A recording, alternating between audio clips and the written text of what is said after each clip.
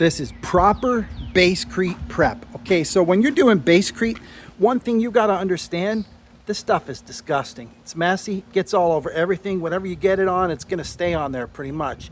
It takes off and it hardens up really fast. Also, anywhere where there's a crack, you should cut and put your mesh on your first pass, right? So I've pre-cut all of it. The customer said there was some leaking going on here, so I'm going to overlap that 50-50 on there, and I've got that all pre-cut because when the stuff is mixed, you don't have time to do anything. This here was capped. See? They poured it, and you can see where it's cracking on the cap. What a cap means, for those of you who don't know, is it's old concrete. They take the top 3-4 inches off, and they pour a new amount over top. That's what they did here, but eventually that cracks. So what I'm going to do is reinforce the whole thing with this fiber mesh on the first coat, and that helps to hold it so it doesn't separate on top of the Basecrete. And this is the way Basecrete's designed it. I'm also going to be taping around these and cleaning these up. I should have even done that before I patched, but I'll get that cleaned up. Now, out front here, same thing.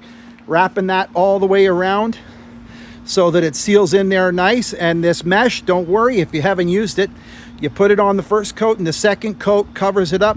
You can barely see it, and it holds things really good. Continuing that on, we're continuing on along the bottom there. We're going to 50-50 that, 50% up the step, 50% on the ground.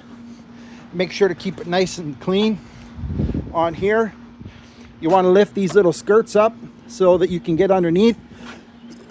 Anywhere where you can get overlap where you're cutting it in, you should tape the joints. It's $3 for a roll of tape.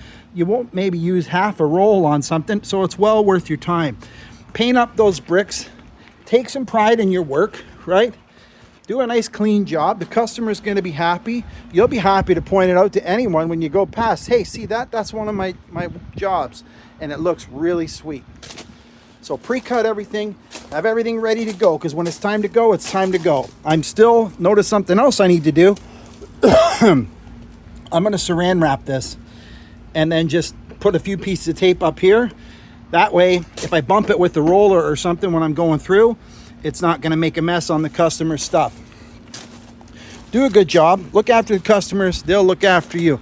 On top of that, see these little fins here from patching? Gonna knock all those off with a hand stone and then blow it off with the blower before you get started. That way you're not having these lumps and bumps in there. Everything looks clean and fresh. How do you prep it?